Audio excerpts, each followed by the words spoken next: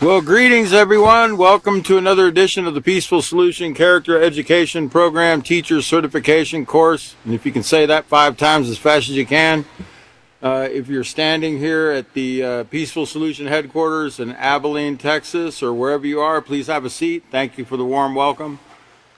I didn't need a warm welcome. It's already sweltering in here, but thank you anyway. It'll add to the heat. Well, you know what they say, if you can't stand the heat, get in the kitchen and turn the stove up, and you'll get used to the heat, right? Okay, Chris left off on page 125. My eyes have to adjust when I don't have glasses. 124, with positive communication helps you deal with disrespect. And that is in chapter 5, the infamous chapter 5 of the respect unit, called Responding to Disrespect, which began on page 115. And I'm sure that Chris, Catan, and David all have already mentioned. Can you boost that mic just a tiny bit? I like to hear my voice booming. We don't have to yell. There we go. Thank you. I'm sure they mentioned to you in their classes that this is actually a lesson that we've taught. I won't say hundreds of times, I'll say scores, so I'm not exaggerating. I think a score is 20, and it certainly has been taught 20 times. I'm not sure how many. I would say at least 200 times.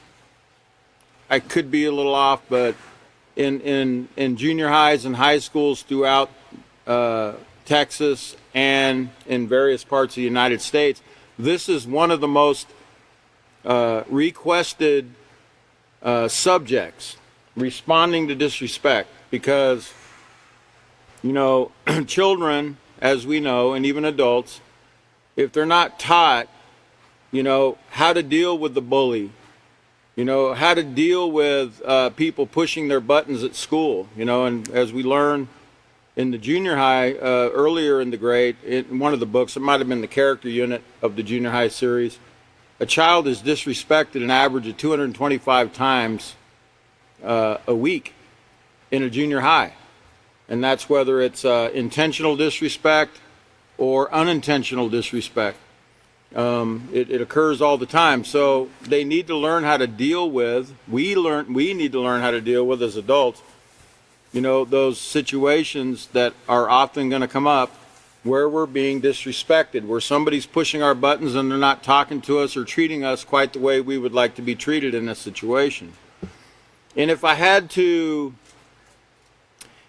sum up the entire chapter in just a few words, I would say, you know, what this lesson is really trying to get across to us is to never retaliate. Never retaliate. Do not retaliate. Don't try to get even in any situation. Always try to find a peaceful resolution to whatever your problem is.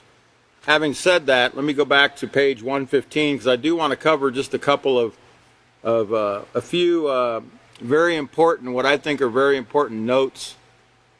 Certainly, they were important when I first learned the peaceful solution, because I never really considered some of these things.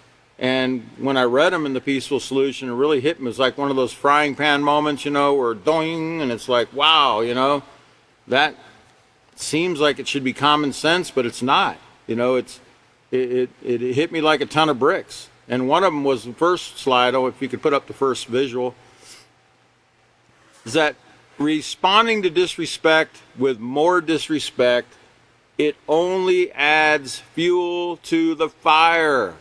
You know, it does not solve our problem. It does not de-escalate a situation. You know, and I think it was Chris that mentioned, you know, if your grandmother's house was on fire and you called the fire department, would you want them to spray A, water, or B, some kind of flammable liquid on grandma's house? Right? Well, of course, the answer would be B. Right? You wouldn't want grandma's house to go up in worse flames. You'd want the fire to be put out. So, you know, it's the same thing with situations we deal with on a daily basis. You know, when things begin to escalate a little bit, we need to figure out a respectful response to de-escalate the situation so the fire doesn't get worse, okay? Because as you know, just a spark can set off a whole forest fire, okay? And even as we know now, we're actually facing nuclear war, you know? And that's not just a small fire, you know, that's millions of degrees in the center of the blast of a thermonuclear bomb, okay? And if you think that's an exaggeration, did we ever show that tit for tat video yet? You guys remember the tit for tat video? Did we see that? Okay.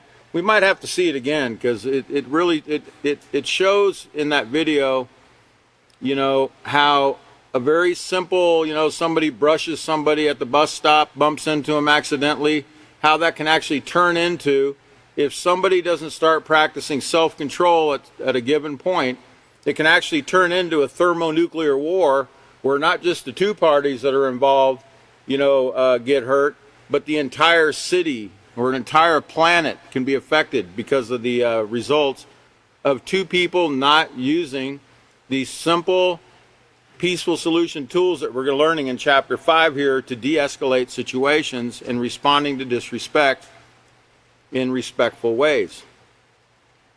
Okay, so let's go ahead and let's see what I had next before I go on to the reading. Yeah, let's look at the next visual, because here's another really important point from page 122 of the respect unit here in Chapter 5. It told us we have no control over what other people say and do. We can only control the way we respond to what other people do.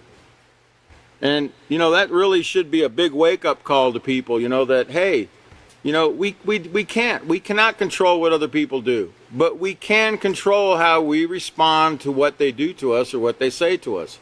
And that's really all we're responsible for. Okay? Now, we also need to make sure that we're not instigating situations where, you know, we're doing things that might be setting that person off, right? We always have to check ourselves to make sure that we're not part of the problem, you know, that's irritating that other person or possibly frustrating them. They're having some kind of primary emotion like frustration or embarrassment or something else because of something we're doing. So we need to make sure that we're not. Remember what we learned in previous lessons about, you know, even if it's not something that breaks a rule and it bothers somebody and it's something that we're doing, and they tell us, hey, I really don't like you doing that, or I don't like the way you're talking to me, or I don't like the way you look at me, or whatever. There's nothing wrong with, you know, backing off and treating that person exactly the way they'd like to be treated for the sake of peace, right? Okay.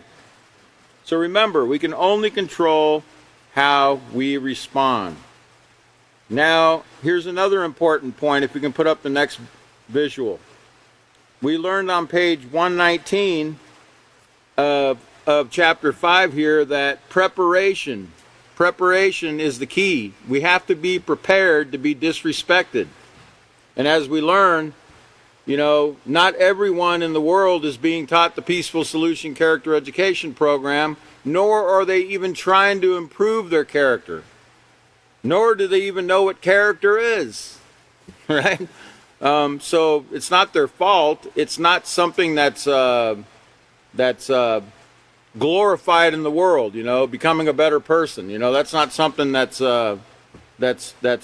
really pushed in society today. You know, in fact, you know, what's pushed in society today is what we see being pushed in Hollywood. You know, we see the violence, the stealing. You know, if it feels good, do it. You know, whatever two consenting adults feel like doing, you know, hey, you know, if it doesn't hurt that person over there, what's it to him, you know? Well, most people don't even know what's hurting them, you know, unless you come to the Peaceful Solution and you start getting educated, you get all the facts, you make sure they're correct before you decide on issues whether they're harmful or not. you really don't even know what's bringing the harm. You know, you don't even know why you're falling into traps. You're groping in the dark. You don't even understand why you keep falling into these different consequences that are bringing sickness, disease, war, hatred, fighting, divorce, you know, separation, disunity, like we see out here in even in the Congress and even in the Senate and even in all the different you know, in the political realm. You know, we see all the hatred. We see former presidents being charged with crimes. Okay, it's really just getting, you know, it's escalating and escalating, and unless somebody starts using this respect that we're teaching here in this program, it's going to get worse, and it's going to escalate into something that's going to go out of control. And that's why we have to be ready, prepared to be disrespected on a daily basis. That doesn't mean we walk around with a chip on our shoulder and, you know, like, all right, somebody's going to disrespect me, so, you know. No, you don't do that. You just be prepared by learning the peaceful solution, going over it, rehearsing it, and just remembering that not everybody's being taught proper conduct, but you are. So therefore, you need to be on the lookout and be on the ready for anything that comes your way, so you can be the peacemaker, so you can de-escalate the situation, not the other person. The other person's not learning right now, but you are. We are. So on that slide, if you can put it back up about preparation, it says self-control. Preparation requires self-control, and self-control is the ability to control what you think, feel, and do. The foundation of self-control rests on moral principles. And you remember what morals are. Morals are rules, okay? You must control your thoughts, feelings, and actions in order to be a moral person who demonstrates concern for yourself, others, and the environment. Okay, so you must be a moral person. That means you always consider, you know, is what I'm going to do or what I'm going to say going to bring harm to myself, others, the environment? Okay, we have to think first. We have to stop and think and consider, you know, and not be impulsive. Remember, not acting impulsively, not doing things and then finding out later, oh, wow, I should have thought that through first, and I should have considered the consequences of my actions and how that could affect me. And it could be a positive, consequence. Remember, the word consequence doesn't, we use consequence in a negative sense in the peaceful solution, but a consequence is just something that occurs in a sequence of events, like a chain reaction, whether it's something positive or whether it's something negative. All right, so let's go to LP5D,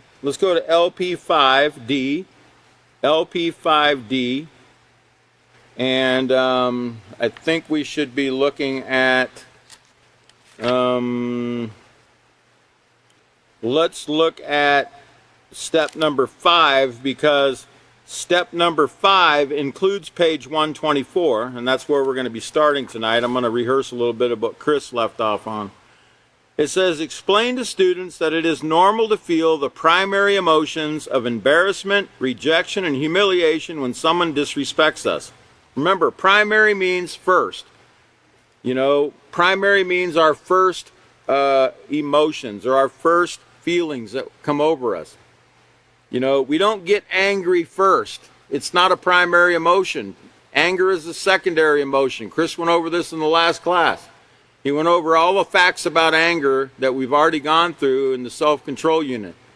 Okay, he went through all those facts and reminded us anger is the secondary emotion. He reminded us that that anger is normal. We all get angry for different reasons, but how we respond to our anger, or how we act when we're angry, is going to determine whether we're using self-control or not, or doing it and using it and appropriately dealing with anger. We also learned that anger is a secondary emotion. You know, you might become embarrassed first, or you're humiliated. You might become frustrated in a situation, and because you don't control that primary emotion, it can lead to anger. We also learned that anger is, man, I'm sorry, I didn't drink enough water today, so my mind isn't quite as sharp as it should be because I haven't been drinking enough. I should be taking what David said. David said, you know, liquefy, remember? But anyway, we need to remember the facts about anger that Chris brought us. Also, it says here back in the reading on LP 5D, it's number 5. However, by using self-control, we can learn to deal with these emotions appropriately rather than resorting to anger to hide our hurt feelings. Have students read the section Self-Control in Your Emotions and Positive Communication Helps You Deal with Disrespect, found on pages 122 through 124 in their handbooks. Have students complete the accompanying exercise on page 123 and stress to students that responding with anger and retaliation will only make a bad situation worse. Remember, that's what I said. You could sum up this whole chapter. Don't retaliate because it only adds fuel to the fire and makes the situation worse. It's not going to bring a peaceful resolution in any way, shape, or form if we do so. So let's go ahead and go over to page 124 where it says positive communication helps you deal with disrespect. And it says, by using self-control, you can avoid becoming angry or enraged and learn to manage your primary emotions. And if you recall, back in the self-control unit in chapter 2, we went all over emotions. I believe page 30, 29 or page 30 went over the positive emotions, and then the next page went over all the negative emotions, okay?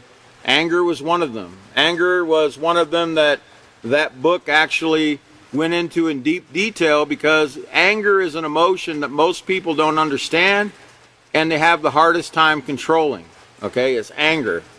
So a lot has to be said regarding that subject because remember, people don't understand anger. The very fact that you know that no one makes you, that's the one I wanted to remember, no one makes us angry, okay? And you hear that all the time. You hear people say all the time, she makes me so mad, or what he does really makes me angry. Showing you they don't understand that no, nobody makes us angry. We choose to become angry because of the way we understand the situation and the world around us, and because we don't control the primary emotion of frustration, embarrassment, or whatever feeling came over us first, our primary emotion. It says, the most effective way to deal with primary emotions is to stop and think about how the situation is actually making you feel. Rejection and embarrassment are strong emotions that indicate that something has occurred that hurts us emotionally. But they are not excuses to respond in anger. Did you hear that? It's not an excuse to respond in anger. I know that we give ourselves a pass sometimes, you know, in the world out there. People give themselves a pass.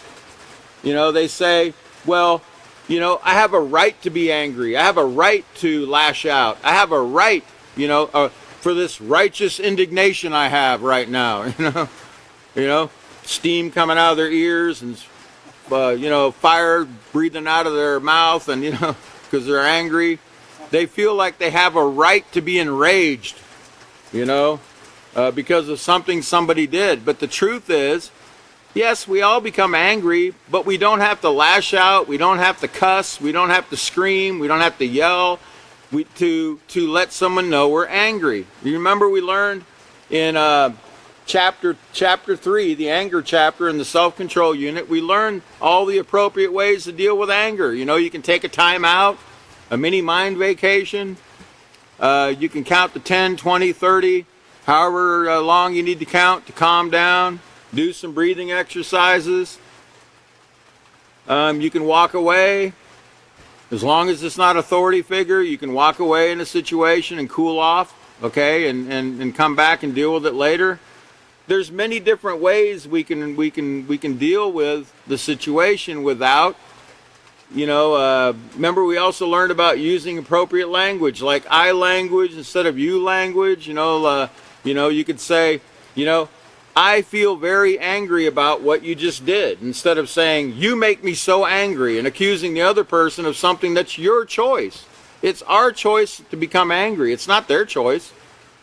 Now, they might do certain things to instigate or push our buttons and try to influence us to become angry, but it's our choice. We got to get it in our head. Nobody else makes us do anything. We're not robots. We make our own choices, okay? All right, so it says, here's a letter. Can we go ahead and put up the next slide? We got a letter in the mail. We got a letter in the mail recently. We got to read this letter. It says, Dear Peaceful Solution, when my feelings are hurt, I feel like crying and my face turns red. It's bad enough that someone is disrespecting me without me crying and looking like a wimp. Acting like I'm mad so that I don't cry doesn't really help either.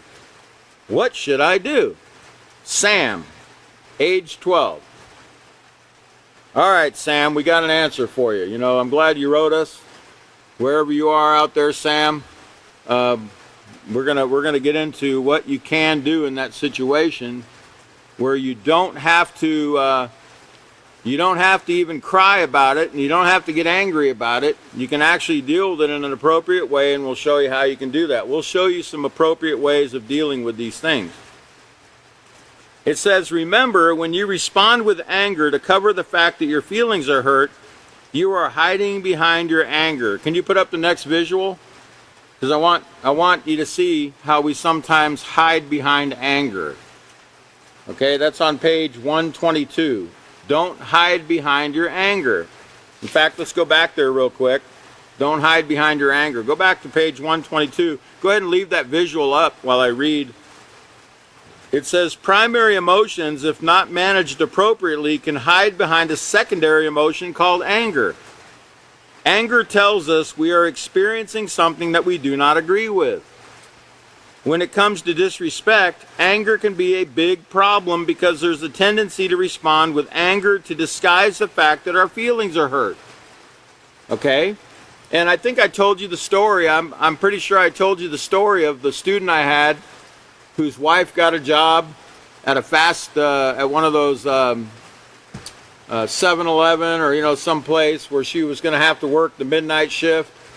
And they needed money, and I know he was wanting her to get a job, but when he found out she was going to be working the midnight shift at a 7-Eleven all by herself in a little town, he got angry with her and started pitching a fit. Well, she called because they were in my anger management class, and she said, my husband's angry with me. I don't think we're going to be coming to class tonight. He's really upset. And I'm like, what do you mean? What's going on? In fact, if he's upset, that's all the more reason to come tonight, right? So she told me the situation and that he was angry that she got a job. And I said, well, that doesn't sound right. He said that you all needed extra money, and that doesn't sound right. And then when I started questioning her a little more about the job, I found out that, she was getting a job at at one of those 7-Elevens where all the cockroaches come out at night, where a lot of fights, a lot of drugs, a lot of gangs and things hanging out. And I'm sure that he was very fearful for his wife's safety.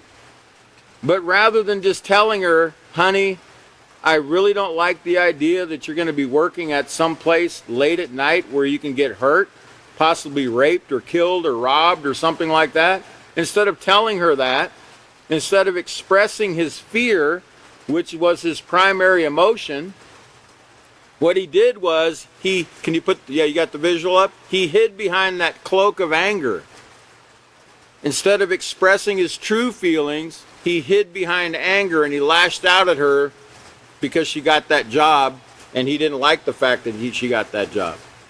So that gave us a really great opportunity that when they did come to class that night, and we did talk about this very thing, and he started to understand that he needs to practice not hiding behind anger, that he needs to express and deal with his primary feeling appropriately and be able to talk about it rather than hide behind the anger and lash out and do other things that only escalate situations and make mountains out of molehills.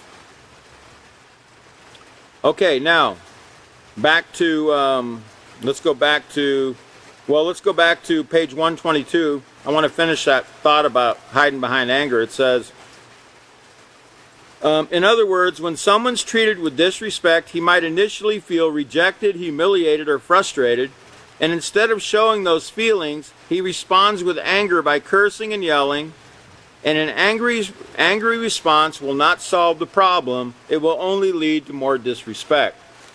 Okay, so let's go back now to page 124. And we're in the last paragraph. Learning how to respectfully communicate when someone is disrespecting you can be difficult. You know, nobody's saying this is easy, are we? It takes practice, man. It takes your whole life to practice this, to actually flip, you know. I would call it, it's like a conversion, you know, it's like a revolution. I won't say a 360, because if you go 360, you're going to end up back where you started. You don't want to be back where you started. You want to do a 180. You want to turn around, do a 180, and turn from being a warmonger to a peacemaker. Okay, now if you think that's a simple thing, well, in some cases it might be. In some areas you might see improvement right away, but in other areas it might take you years to practice until you get perfect at it. But don't stop trying, and don't give yourself a pass. Do not give yourself a pass. You know, they say practice makes perfect, right? Do you believe that? Okay, so you can't become perfect at not retaliating? Who in here can't become perfect at not retaliating? Raise your hand if you can't become perfect at it. That's right, I don't see one hand up right now. So that means that everybody in this auditorium, and I'll bet you everyone's raising their hand in the outer limits out there, Jupiter and other places that are watching right now. I mean, you know, on this earth. They're probably not raising their hand either, because they know that if you actually choose not to retaliate, you can choose not to retaliate every time. And you can become perfect at it. Does anybody in here think that you can't become perfect at not stealing? Anybody? I don't see one hand up. So that means everybody here knows you can become perfect at not stealing. You know how you do it? You choose not to steal, right? You make the choice not to steal. You know, you don't trespass on other people's property. You know, you make sure you ask before you touch somebody's belongings. You know, you don't steal people's privacy. You don't steal people's reputations. You don't steal their physical possessions. It's a choice. You can simply choose not to do it. And there's nobody that can say, I can't do that. It's impossible for me not to. No, we can do it. Does that mean we might not slip up?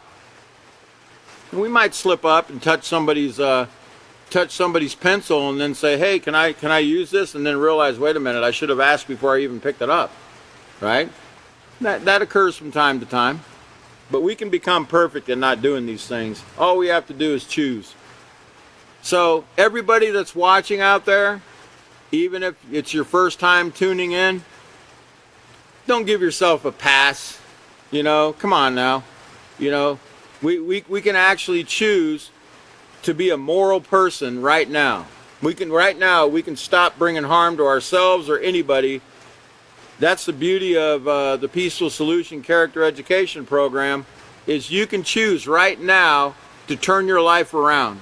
Okay? You don't have to wait one more second. You can do it right now and get to moving on it, and before you know it, you'll start to see you drop a lot of these bad habits that we have. You'll start to see a lot of them drop. Some of them might be possibly not so fast as others, but just keep working at it, and eventually it's going to be a lot easier. It's going to get easier and easier for you. Okay. It says, remember, I'm on the last paragraph. You have to be careful what you say and how you say it, because responding in anger could make a bad situation worse. Remember, you're the one who's building a positive moral character. It's dependent upon you to communicate positively and make every effort to find a peaceful solution. Remember, this is about responding to disrespect. And remember, in the first couple pages we learned, preparation is the key. We got to be prepared to be disrespected.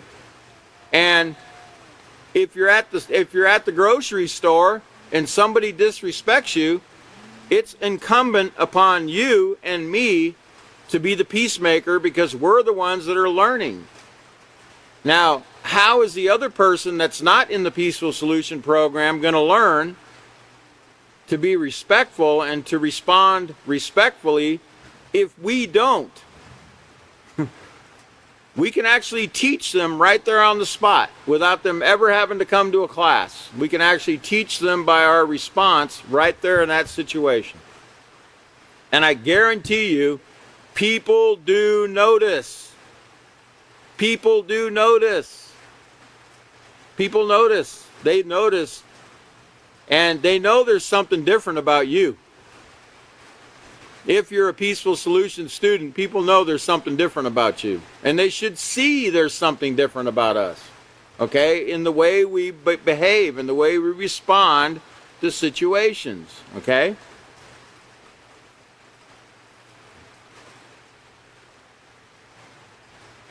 You know, I remember one time, I got to tell you this story.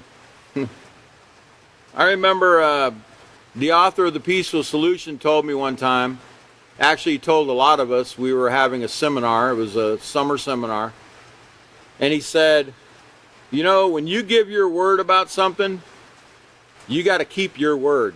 If you give somebody your word, you've just made a vow, and you need to keep that word no matter what comes out of your mouth. Because if you don't keep your word, people won't trust you. Okay? You got to keep your word. So it really, the presentation had a really big impact on me. I thought about it and I was like, man, you know, I got to really start trying to keep my word, right?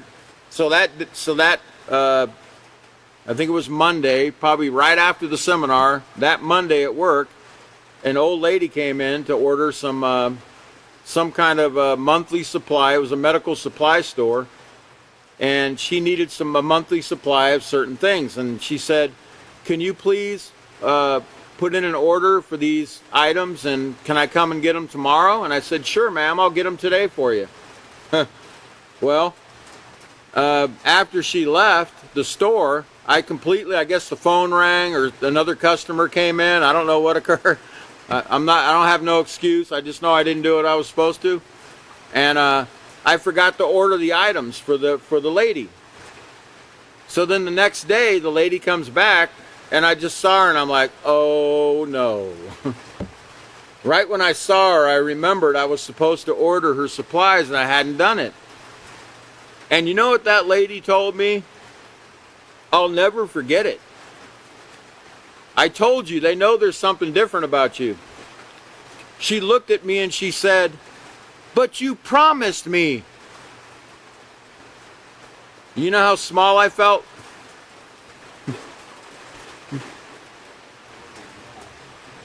She said, but you promised me. And all I could hear ringing in my ear was Yisrael Hawkins telling me, keep your word. Better keep your word. Better keep your promises. Your word is a promise. It's a vow. You got to keep it. And I was like, oh. And I set my mind at that time, all right, next time I'm going to try harder, and I'm going to write it down, or I'm going to do whatever I got to do. If somebody asks me to do something, I've got to try harder and make sure that I do it. And it got a little easier. I started doing it. It doesn't mean I did it perfectly, but I started being a lot more, what do you call it? Mindful of that particular thing, and tried to set my mind in advance to make sure that I did things to keep my word like I was taught to do. Because it really is very important that we keep these moral principles, okay? Nobody likes to be told something and then find out that you didn't remember what you said you were going to do, or, you know, you didn't follow through and keep your word, okay? All right. So it says, so remember, you're the one who's building a positive moral character. It's dependent upon you to communicate positively and make every effort to find a peaceful solution. So now let's go back to LP5D, and let's look at number 6, step number 6. It says, tell students that using positive, respectful communication is an important skill to help them express themselves in difficult situations.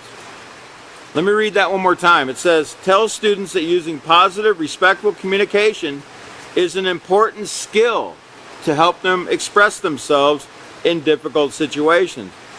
Do you understand that positive, respectful communication is a skill? Okay, if it's a skill, do you think you're born with it?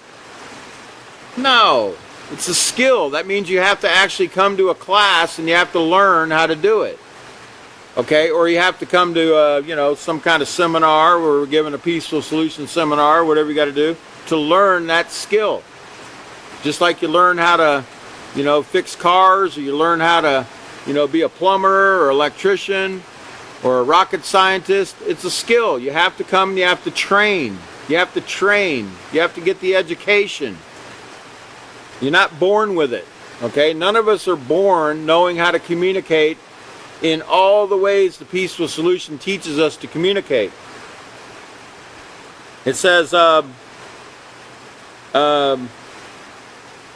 have students read the section entitled, let's see, hold on. Okay, have students read the section A is for appropriate responses found on page 125 in their handbooks. Listen to the song Show Respect Anyway, found on page 126, and discuss why disrespectful behavior seems so normal and what the negative outcomes are of retaliating and disrespect. So let's go over to page 125. 125.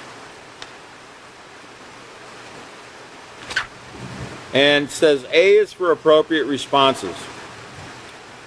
It says using positive, respectful communication is an important skill to help you express yourself in difficult situations. By practicing this skill, you can control how you respond to disrespectful behavior, avoid getting angry, and come up with a peaceful resolution to conflicts. You know, conflict resolution people are, they pay a lot of money for conflict resolution people, personnel in schools, courts. You know, courts have a lot of mediators for divorce and divorce court, conflict resolution type people to try to settle matters, differences between people. So this is a very important skill to learn how to resolve conflicts in a peaceful manner. But you know, I've seen gang facilitators, for instance. You know, they call them they're conflict resolution type people, these gang facilitators. But some of the ways that they come up with making peace, it's not really peace. You know, you know, when you tell one gang, well, you can't go on that street, you shouldn't go on that street because it belongs to this gang over here. That's not true. Does that street belong to that gang? Who owns that street? Only dogs go around marking territory like that, you know, in different ways. I don't want to get into it, but you know how they mark their territory, right? Well, gangs do the same thing. You know, they spray paint on signs. You know, they spray paint on people's fence to mark their territory, like animals, right? But they don't own that street, and that fence that they just spray painted on belongs to somebody else. And that stop sign that they just sprayed on, that belongs to all of us, and we all have to pay for it, including the guy that spray painted it. You know, it's coming out of his tax money too, right? So, you know, these gang facilitators, a lot of times, they try to make peace, but it reminds me of The Godfather. You know, if you ever saw The Godfather back in, I think it was 1973 or some crazy thing 50 years ago or something. But Don Corleone, the Godfather, you know, they're all sitting around a table, and they're talking about a peaceful solution. They actually used that quote. They wanted to find a peaceful solution to where all the different mob bosses could all get along and not kill each other anymore. So they were all sitting around talking about how if you don't come over in this area right here, and if you stop calling hits on this person over here, and if you stop murdering our guys over here, then we can have a peaceful solution. You can still sell your drugs, you can still run your racket, just don't do it in our territory, and we'll have peace. Really? Is that peace, guys? We're gonna have peace now? No, we're not gonna have peace. That's not peace. Okay? Everybody wants peace on their own terms, but you gotta have, if you really want true lasting peace, where there's absence of war, there's absence of hatred, there's absence of disunity and all that, you've got to follow the principles that bring it. And the principles that bring this are right in front of your face. If you've got your book open right now, it's right in front of you in black and white. Okay, so it says, if offense is taken, I'm in the second paragraph, for A is for appropriate responses on page 125. It says, if offense is taken because a person is teasing, bullying, or demonstrating some kind of disrespectful behavior toward you, then that person knows he or she is getting through. In other words, they know they're pushing your buttons. If no offense is taken, laugh with them at their joke or simply ignore their remarks. Do not let them know they hurt your feelings.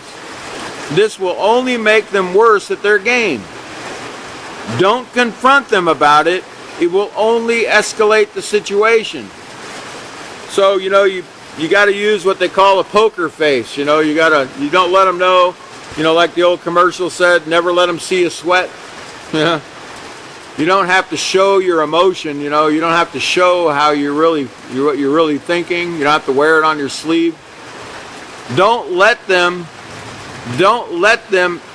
push your buttons to escalate the situation. Try to laugh it off. Try not to take offense at it. And like I said, it's not like it's easier said than done. Okay. I'm not saying this is a simple thing to do sometimes, because sometimes, you know, as we learned earlier in the chapter, disrespect hurts. Disrespect hurts. You know, I've been called names, and there's certain parts of my, you know, anatomy, or, you know, my facial features, or the way I walk or whatever, that people have made fun of, and disrespect hurts. I don't like it either. But as a peacemaker, what we have to do is we have to remember the person that's pushing our buttons is not learning what we're learning. And in order for them to learn to stop doing what they're doing, we're going to have to show them the appropriate ways to respond to their disrespect. So it gives you some replies that are best to give. If we can go to the next visual. Can you go ahead? Actually, go to the next slide, and then we'll come back to that one. It says some of the best replies when somebody's pushing your buttons could be, "We could probably be friends if you weren't such a joker." Or you could say, "I resemble that remark," and smile as you leave. Then, if possible, avoid the person. Or you could say, "There was a time when your remark would have hurt my feelings, but not anymore." Or you could say, "Are you laughing with me or at me?" Then just laugh or smile at them, right? Now, I got to be honest with you. Sometimes when I read these replies, these might not be appropriate in every situation. You might get your teeth knocked out.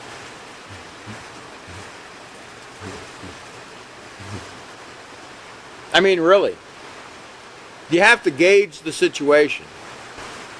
You know, like for instance, if I was in prison, I wouldn't use any of these.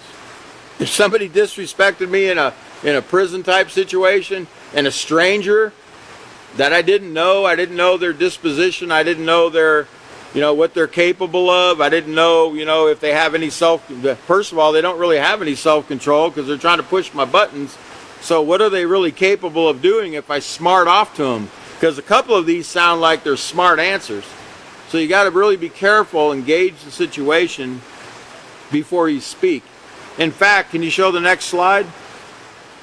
Because a really wise man once said, nothing.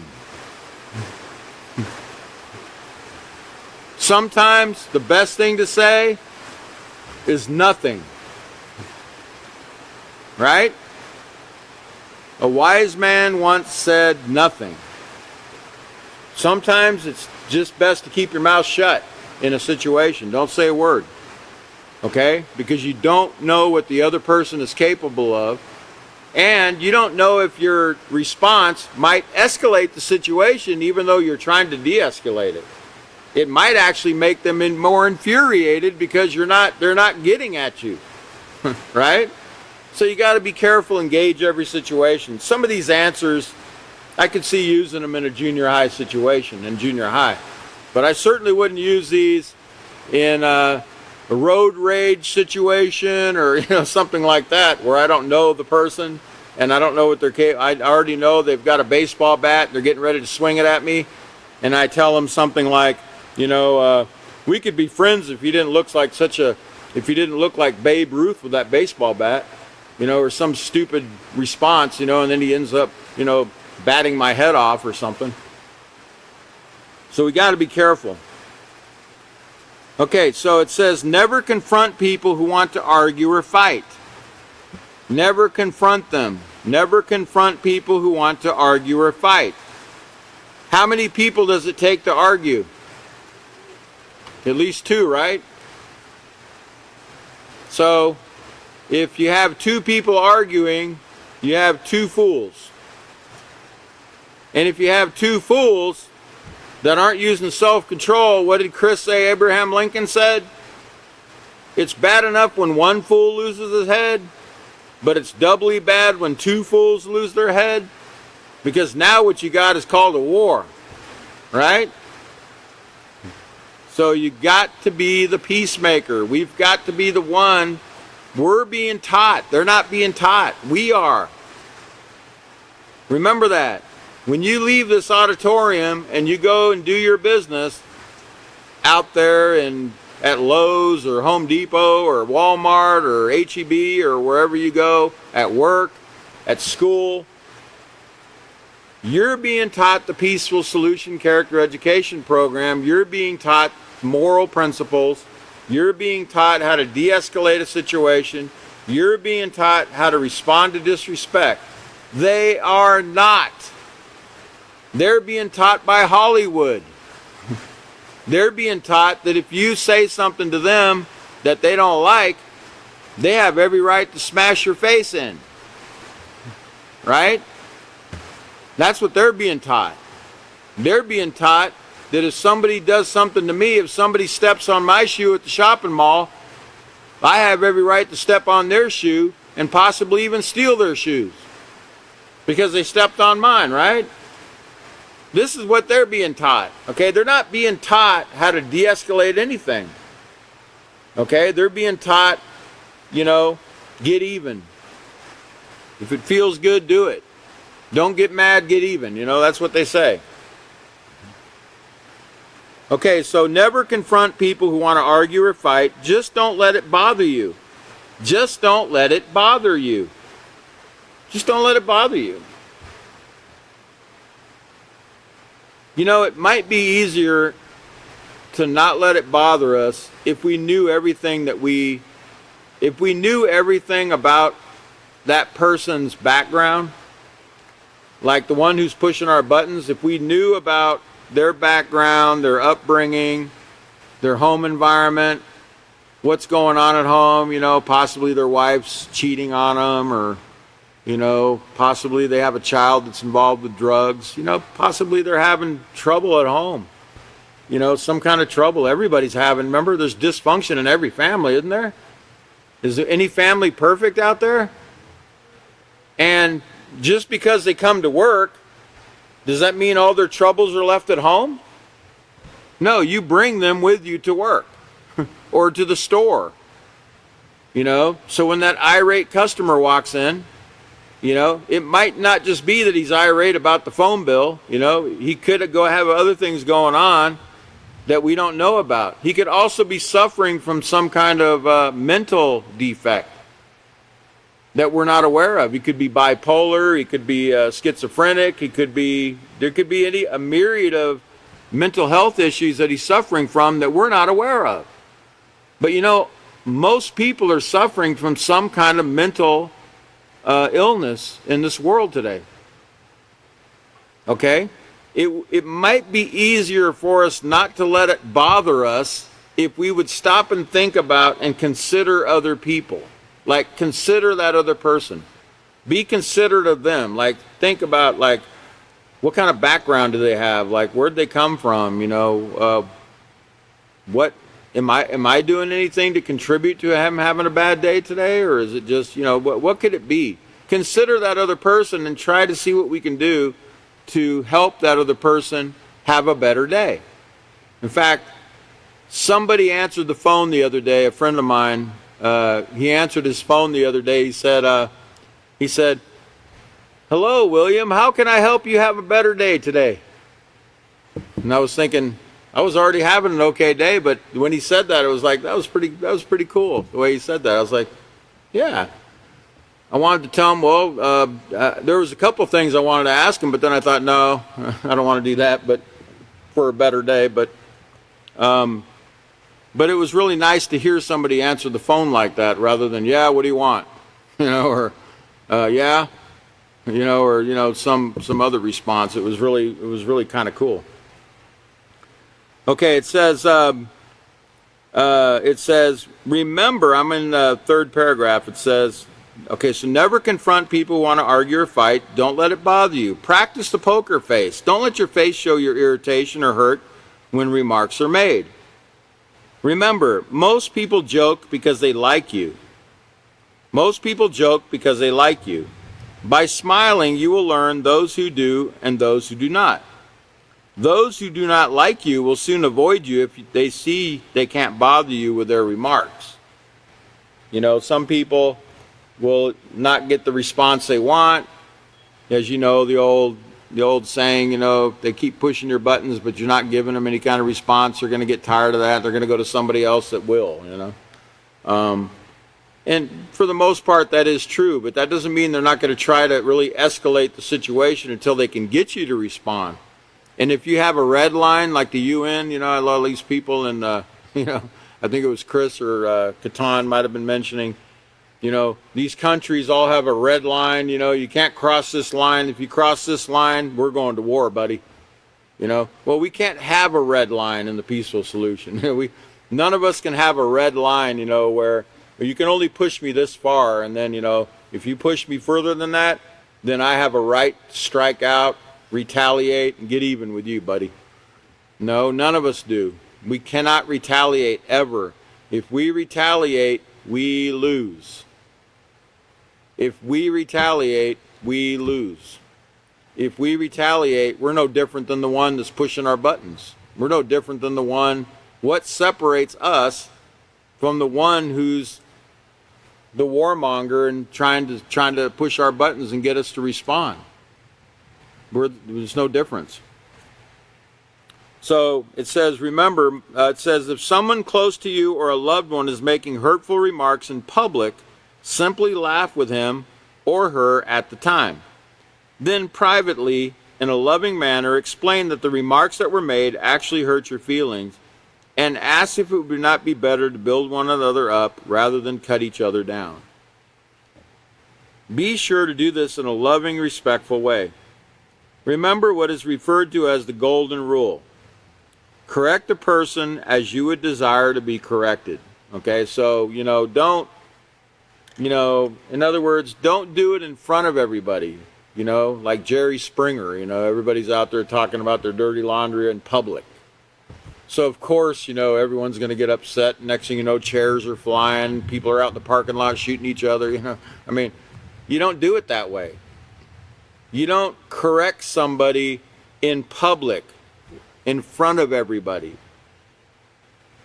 You can, like it says right here, you can go ahead and laugh it off, but just pull them aside privately and say, you know what? That was like really hurtful what you said. I'd appreciate it if you wouldn't do it say those kind of things in a loving way, like you would want them to do to you if they were the offender, right? We have to always consider like one another, like, okay, well, how would I want somebody else to correct me? Would I want them to look at me all mean and start pointing at me and, getting in my face and, raising their voice? Would I want that? Well, if I wouldn't want that, that means that, that the other person doesn't either, right? Remember the golden rule. No, the golden rule isn't whoever owns all the gold rules. That's not the golden rule. The golden rule is treat others the way you would like to be treated in any situation. If someone close to you, okay, it says, don't forget, it is never appropriate to talk back to an authority figure who is either correcting you or asking you to perform a task. On the other hand, if an authority figure is asking inappropriate questions or trying to touch you in inappropriate ways, excuse yourself and go tell another trusted authority figure. And we teach in the lower grades of the Peaceful Solution, right touch, wrong touch. There's right touch. If you're hurt and your teacher has to put a Band-Aid on your finger or something like that, there's a right way to touch and there's a wrong way to touch. And if someone ever tells you, oh, don't tell anybody, I'm going to touch you here, or I'm going to do this, but don't tell anybody, you better go tell somebody. You better go tell a trusted authority figure about what's taking place. But it's never appropriate to talk back to an authority figure who's correcting you or asking you to do something that's not breaking the rules. And even if they're asking you to break the rules, it still isn't appropriate to be disrespectful to them. You can respectfully decline to do what they're asking you to do and say, should we be doing that? Isn't that against the rules? You can ask them in a polite way. You don't need to be disrespectful in any way. So I think that's probably that's as far as we're going to get tonight. Page 125, we just finished it. But I do want to go over, I got a couple minutes, so if you can show that one slide I skipped. I want to make a point about something there about the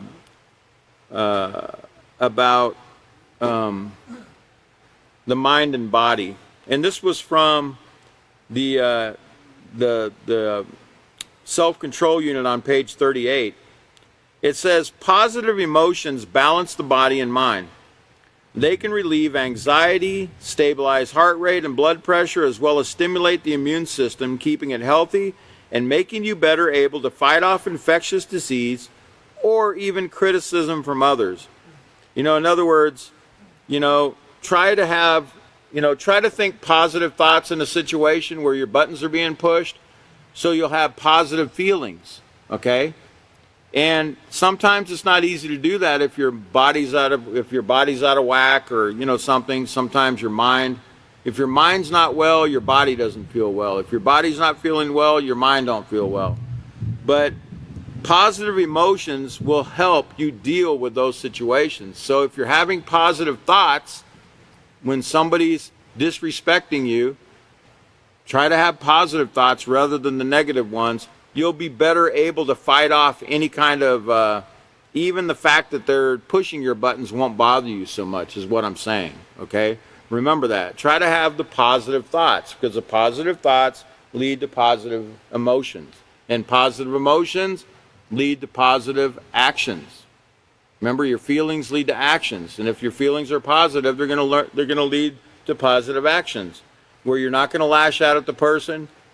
You're gonna actually do something that will actually help that person, and they'll probably be very surprised that you didn't get upset, you didn't get angry, and they might even ask you, man, where'd you learn how to respond like that? And then you can share the peaceful solution with them, right? Okay, so that's where we're going to stop tonight. Let's see, today is the 11th, so next class is going to be on the 14th.